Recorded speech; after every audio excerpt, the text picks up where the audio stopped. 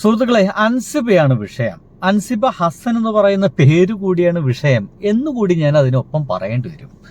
ഇനി എന്ത് എന്ന് പറയാം. കഴിഞ്ഞ കുറച്ച് ദിവസങ്ങളായിട്ട് അൻസിബ ഹസൻ, ടിനി ടോം, അമ്മ എന്നീ പറഞ്ഞ ഒരു ചർച്ച അപ്പുറത്ത് നടക്കുന്നുണ്ട്. കാര്യമാത്ര പ്രസക്തമായിട്ടും ആരും അതിലേക്ക് ഇറങ്ങിയിട്ടില്ല. എനിക്ക് ഇവരുടെ വർത്തമാനങ്ങളൊക്കെ കേൾക്കുമ്പോൾ ഒരു തരത്തില് വി.ഡി. സതീശൻ എന്ന് പറയുന്ന നമ്മുടെ മുഖ്യമന്ത്രി സംസാരിക്കുന്ന പോലെയും, എന്നാൽ അൻസിബ സംസാരിക്കുമ്പോൾ അത് പിണറായി വിജയൻ സംസാരിക്കുന്ന പോലെയും എനിക്ക് തോന്നുന്നുണ്ട്. എന്ന് വെച്ച് കഴിഞ്ഞാൽ അൻസിബ കാര്യമാത്ര പ്രസക്തമായിട്ട് ഒരു സ്റ്റാൻഡിൽ നിന്ന് സംസാരിക്കുകയും മറ്റുള്ളവരൊക്കെ അവിടെ ഇവിടെയും തൊടാതെ എന്തൊക്കെയോ പൊന്തമ്മ തല്ലി പോകുന്നു എന്നൊരു തോന്നലാണ് എനിക്കുണ്ടാവുന്നത്. ഞാൻ തുടക്കത്തിൽ പറഞ്ഞു, അൻസിബ ഹസൻ എന്ന് പറയുന്ന ആ ഒരു പേരാണോ സുഹൃത്തുക്കളെ പ്രശ്നം? ഞാൻ ഇങ്ങനെ ചോദിക്കുന്നത്, നമ്മളുടെ കേരള മനസാക്ഷിയുടെ, കേരളത്തിലുള്ള താമസിക്കുന്ന മനുഷ്യന്മാരുടെ മനസ്സിന്റെ ഉള്ളിലേക്ക് ഏതെങ്കിലും ഒരു തരത്തിലെങ്കിലും ഒരല്പമെങ്കിലും ഒരു ഹിന്ദു മുസ്ലിം ഐക്യമില്ലായ്മയുടെ ഒരു വിഷത്തരിയെങ്കിലും വീണിട്ടുണ്ടോ എന്നൊരു സംശയത്തിന്റെ പുറകിലാണ് ഞാൻ ഈ ചോദ്യം ചോദിക്കുന്നത്. അങ്ങനെ എന്തെങ്കിലും തരി വീണിട്ടുണ്ടെങ്കിൽ ആ തരിയെ ഇപ്പോഴെ തന്നെ എടുത്ത് മാറ്റുവാനുള്ള ഒരു ശ്രമത്തിലേക്ക് നിങ്ങൾ എത്തുക തന്നെ വേണമെന്ന് പറയുന്നു. നോക്കൂ, അമ്മ എന്ന് പറഞ്ഞ സംഘടന, അതിന്റെ തലപ്പത്ത് നിൽക്കുന്ന ആളുകൾ ഒരാളാണ് ഈ അൻസിബ എന്ന് പറയുന്നത്. അവിടെ ഒരു പ്രോഗ്രാം നടക്കുന്നു. ആ പ്രോഗ്രാമിന്റെ സ്പോൺസേഴ്സ് ആയിട്ട് ഏതോ ഒരു ക്ഷേത്രം ഭാരവാഹികൾ വരുന്നു. അങ്ങനെ ആ ഒരു പ്രോഗ്രാമിന്റെ മുഴുവൻ സ്പോൺസർഷിപ്പും ഒരു ക്ഷേത്രത്തിലേക്ക് എത്തിച്ചു കഴിഞ്ഞാൽ അടുത്ത തവണ അതൊരു ക്രിസ്ത്യൻ പള്ളിയിലേക്കും അതിന്റെ അടുത്ത തവണ മുസ്ലിങ്ങളും എന്ന് വെച്ച് കഴിഞ്ഞാൽ മതങ്ങൾ പതുക്കെ പതുക്കെ അമ്മ എന്ന് പറയുന്ന സംഘടനയെ ഹൈജാക്ക് ചെയ്യുന്ന രീതിയിലേക്ക് മാറുമെന്ന് അൻസിബ ഹസൻ പറയുന്നു. 100% ശരി, നമുക്ക് അവരോടൊപ്പം തന്നെ നിൽക്കാൻ കഴിയുള്ളൂ. എന്നാൽ അതേസമയം തന്നെ ഹൻസിബ ഇത്രകാലം കേട്ടതിന്റെ ഭാഗമായിട്ട് ഹൻസിബയെ ആരോ ഈ ഒരു വിഷയത്തിന് ശേഷം ഓളൊരു മുസ്ലിമാണ്, അതുകൊണ്ട് തന്നെ അവളൊരു മത തീവ്രവാദിയാണ് എന്ന രീതിയിൽ ഒരു വർത്തമാനം ആരോ പറഞ്ഞു അത്രേ. അത് ടിനി ടോം പറഞ്ഞു എന്നൊക്കെ രീതിയിലാണ് പറയുന്നത്. എങ്കിൽ അങ്ങനെ ടിനി ടോം പറഞ്ഞിട്ടുണ്ട് എങ്കിൽ അമ്മ എന്ന് പറഞ്ഞ സംഘടനയുടെ ഉള്ളിലേക്ക് സംഗീതരം കയറിയിട്ടുണ്ട്, അല്ലെങ്കിൽ കൃസംഗീതരം കയറിയിട്ടുണ്ട് എന്ന് തന്നെ നമ്മൾ അതിനെ കരുതണം. നമുക്ക് ഹൻസിബയിലേക്ക് ഒന്ന് കടക്കാം.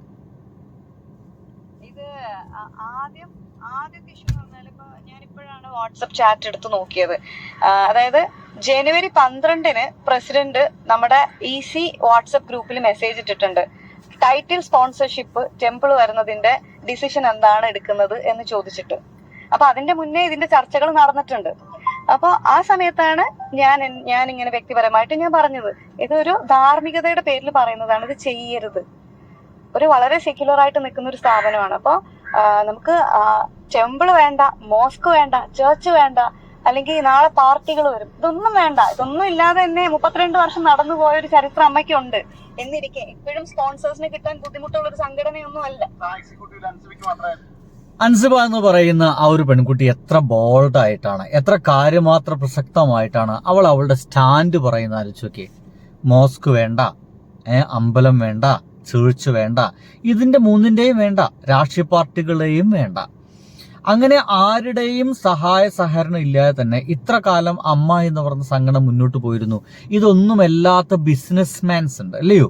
ബിസിനസ്സുകാർ പണം ഇറക്കാനുണ്ട്, അവരുടേത് മതിയെന്നേ, അവരത് ഇറക്കും. കാരണം സിനിമാ സംഘടനയാണ്, അവരൊന്ന് വിളിച്ചു കഴിഞ്ഞാൽ ഇറക്കാൻ തയ്യാറാണ്. അപ്പോ ഇന്നൊരു ഏതെങ്കിലും ഒരു മതസംഘടനയെ ഇതിനകത്തേക്ക് കൊണ്ടുവന്നാൽ അത് വീണ്ടും വേറെ മതസംഘടനകൾ അത് ആവശ്യപ്പെടുകയും പതുക്കെ അമ്മ എന്ന് പറയുന്ന ആ ഒരു സംഘടന ഹൈജാക്ക് ചെയ്യപ്പെടുമെന്ന കാര്യത്തിൽ ഒരു സംശയവും വേണ്ട. അത് തിരിച്ചറിഞ്ഞിരിക്കുന്നു ഹൻസിബ എന്ന് പറയുന്ന ഈ പെൺകുട്ടി. അതിന്റെ ഭാഗമായിട്ട് അവൾ പറയുന്നു അത് വേണ്ട. പക്ഷേ അവൾ അത് വേണ്ട എന്ന് പറഞ്ഞത് ഇതേ സംഘടനയിലെ ചില ഉന്നത കുല ശ്രേണി ആളുകൾക്ക് പിടിച്ചിട്ടില്ല എന്നാണ് എനിക്ക് മനസ്സിലായത് കേട്ടോ. ഞാൻ അങ്ങനെ ഒരു വിയോജിപ്പ് ആദ്യം എന്നിട്ട് ഒരു വോട്ടിംഗ് നടത്തിയ സമയത്ത് അപ്പൊ ഞാനിത് പറഞ്ഞു. ഇതിന്റെ മുന്നേ വേറെ 1-2 പേര് ചോദിച്ചിരുന്നു, അത് അമ്മ സംഘടന ഒരു സെക്യുലർ സ്ഥാപനമല്ലേ, അപ്പോ നമുക്കൊന്നും കൂടെ നോക്കണമോ എന്ന് ചോദിച്ചിട്ടുണ്ടായിരുന്നു. പക്ഷെ ചെയ്യരുത് എന്ന് വേറെ ആരും പറഞ്ഞിട്ടില്ലായിരുന്നു, നോക്കണമോ എന്ന് ചോദിച്ചിട്ടുണ്ടായിരുന്നു. അത് കഴിഞ്ഞിട്ട് ഞാനിത് മെയിൽ അയക്കുകയും വാട്സപ്പിൽ ഞാൻ നോട്ട് ഇടുകയും ഒക്കെ ചെയ്തു. അപ്പൊ അതിനുശേഷമാണ് ഞാനിത് ഈ മെയിലൊക്കെ അയച്ചതിന് ശേഷം അമ്മയിലെ തന്നെ മറ്റൊരു മെമ്പർ എന്നെ വിളിച്ചു പിറ്റേ ദിവസം എന്നെ വിളിച്ച് ചോദിച്ച ടോൺ ഇതാണ്: മോളെ, നീ എന്തിനാണ് മോളെ അമ്പലത്തിനൊക്കെ എതിര് നിൽക്കുന്നത്? ഇങ്ങനെയുള്ള ഡയലോഗ് കേട്ടു. എങ്ങനെയുണ്ട്? എത്ര പെട്ടെന്നാണ് ഒരാളെ അമ്പലത്തിനെതിരെ നിൽക്കുന്ന ഒരാള് എന്ന രീതിയിൽ ഇതാരാ ചോദിച്ചത് എന്നുള്ളതൊക്കെ നമ്മൾ അറിയേണ്ടിയിരിക്കുന്നു. നീ എന്തിനാണ് മോളെ അമ്പലത്തിനെതിരെ നിൽക്കുന്നത് ചോദിക്കുന്നത് അൻസിബ ഹസൻ എന്ന് പറയുന്ന പെൺകുട്ടിയോടാണ്.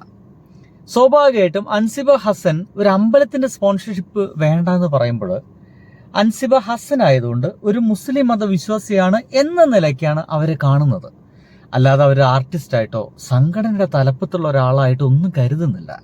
വേണമെങ്കിൽ ഏതെങ്കിലും ഒരു മുസ്ലിം മതത്തിന്റെ എന്തെങ്കിലും ഒരു ആചാരാനുഷ്ഠാനങ്ങൾ ഫോളോ ചെയ്ത് ജീവിക്കുന്ന ഒരാളാണെന്ന് എനിക്ക് തോന്നുന്നില്ല അൻസിബ ഹസൻ എന്ന് പറയുന്ന ഒരാള്. തട്ടമിടുക എന്ന് പറയുന്ന ബേസിക് ആയിട്ടുള്ള കാര്യങ്ങൾ പോലും ഫോളോ ചെയ്യുന്ന ഒരാളല്ല അവര്. എന്നിട്ടും ഇവരെ അമ്പലത്തിന് എതിര് നിൽക്കുന്നവർ എന്ന രീതിയിലുള്ള ഒരു ലേബൽ ഒട്ടിക്കാൻ വേണ്ടി ശ്രമിക്കുന്നു. ഇത് ഞാൻ പറഞ്ഞു വെക്കുന്നത്, ഞാൻ വളരെ പതുക്കെയാണ് പറയുന്നത്, എനിക്ക് എല്ലാ ബോധ്യമുണ്ട്, തെറ്റാതിരിക്കാൻ വേണ്ടിയിട്ടാണ് ഞാനിത് പറഞ്ഞു വെക്കുന്നത്. എങ്ങനെയാണ് സംഘടനകളിലേക്ക് ഈ തീവ്രവാദപരമായിട്ടുള്ള ചില ആശയങ്ങൾ ചില ആളുകൾ കുത്തിക്കയറ്റാനുള്ള ശ്രമം നടത്തുന്നത് എന്നുള്ളതാണ്. അതിനെ ഏതെങ്കിലും മുസ്ലിം നാമധാരികളായിട്ടുള്ള ആളുകൾ എതിർത്ത് കഴിഞ്ഞാൽ അപ്പൊ തന്നെ അത് തീവ്രവാദപരമാണ് എന്ന രീതിയിലൊക്കെ ആളുകൾ ഇതിനെ പറയുന്നതും എന്നുള്ളതൊക്കെ വലിയ വലിയ വ്യാപകമായിട്ടുള്ള പ്രശ്നങ്ങൾ ഉണ്ടാക്കുന്ന കാര്യത്തിൽ ഒരു സംശയവും വേണ്ട. അപ്പൊ ഞാൻ ചേച്ചി എന്നെ ഭീഷണിപ്പെടുത്തുകയാണോ? ഞാൻ അമ്പലത്തിനും പള്ളിക്കും ക്രിസ്ത്യൻ ചർച്ചിനും ഒന്നും എതിര് നിൽക്കുന്ന ആളല്ല. എന്നെ അങ്ങനെ വർഗീയവാദിയാക്കാനുള്ള ശ്രമം നടത്തല്ലേ ചേച്ചി എന്ന് പറഞ്ഞു. പിന്നെ ചേച്ചി എന്തൊക്കെയോ പറഞ്ഞു. അപ്പൊ ഞാൻ പറഞ്ഞു, എന്റെ പൊന്നു ചേച്ചി, നീ അങ്ങനെ പറയാൻ പാടുണ്ടോ ഉത്തരവാദിത്തപ്പെട്ട ഒരു പൊസിഷനിൽ ഇരുന്നിട്ടെന്ന്. ഞാൻ പറഞ്ഞു, ചേച്ചി, ഞാൻ ഉത്തരവാദിത്തപ്പെട്ട പൊസിഷനിൽ ഇരുന്നിട്ട് ഞാൻ എന്ത് പറയണമെന്ന് ഞാനാണ് തീരുമാനിക്കേണ്ടത്, ചേച്ചിയല്ല. അപ്പൊ ഞാൻ പറയേണ്ട കാര്യം ഞാൻ പറഞ്ഞോളും. ദയവ് ചെയ്ത് ഈ കാര്യം പറഞ്ഞു ഇനി എന്നെ ചേച്ചി വിളിക്കരുത് എന്ന് പറഞ്ഞു. ഇമ്മീഡിയറ്റ്ലി ഞാൻ വാട്സപ്പ് ഗ്രൂപ്പിൽ മെസ്സേജ് അയച്ചു. നമ്മുടെ EC ഗ്രൂപ്പിനകത്ത് നടന്നൊരു ചർച്ചയാണ് ഇത്, ടൈറ്റിൽ സ്പോൺസർഷിപ്പുമായി ബന്ധപ്പെട്ടിട്ടുള്ള കാര്യം. ഇതെങ്ങനെയാണ് EC മെമ്പർ അല്ലാത്ത മറ്റൊരു സാധാരണ അംഗം അറിയുകയും എന്നെ വിളിച്ച് ഭീഷണിപ്പെടുത്തുകയും ചെയ്യും. മിക്കവാറും ആ വേറെ സംഘടന ഉണ്ടല്ലോ, ആ സംഘടന ഈ തവണ മത്സരിക്കാനൊക്കെ നിന്നൊരു സംഘടന അവരായിരിക്കും ഇവരെ വിളിച്ചിട്ടുണ്ടായിരിക്കുക എന്നാണ് ഞാൻ വിചാരിക്കുന്നത് കേട്ടോ. എന്തായാലും ഇതിന്റെ ഒരു ഫുൾ ഡീറ്റെയിൽസ് കിടക്കുകയാണെങ്കിൽ അതിങ്ങനെയാണ്. തീർച്ചയായും സാമൂഹിക വിപത്താണ് ടിനിച്ചേട്ടൻ എന്നുള്ള കാര്യം വ്യക്തമായിട്ട് എനിക്കറിയാം. അതിനെതിരെ ഞാൻ മുന്നോട്ട് പോകുക തന്നെ ചെയ്യും. സേതാമേനോൻ ടിനിക്ക് അനുകൂലമായ ഒരു നിലപാടാണ് എടുക്കുന്നത്. പലപ്പോഴും അൻസിബയുടെ പരാതി പോലും ചർച്ച ചെയ്യേണ്ടെന്നാണ് സേതാമേനോൻ പറഞ്ഞത്.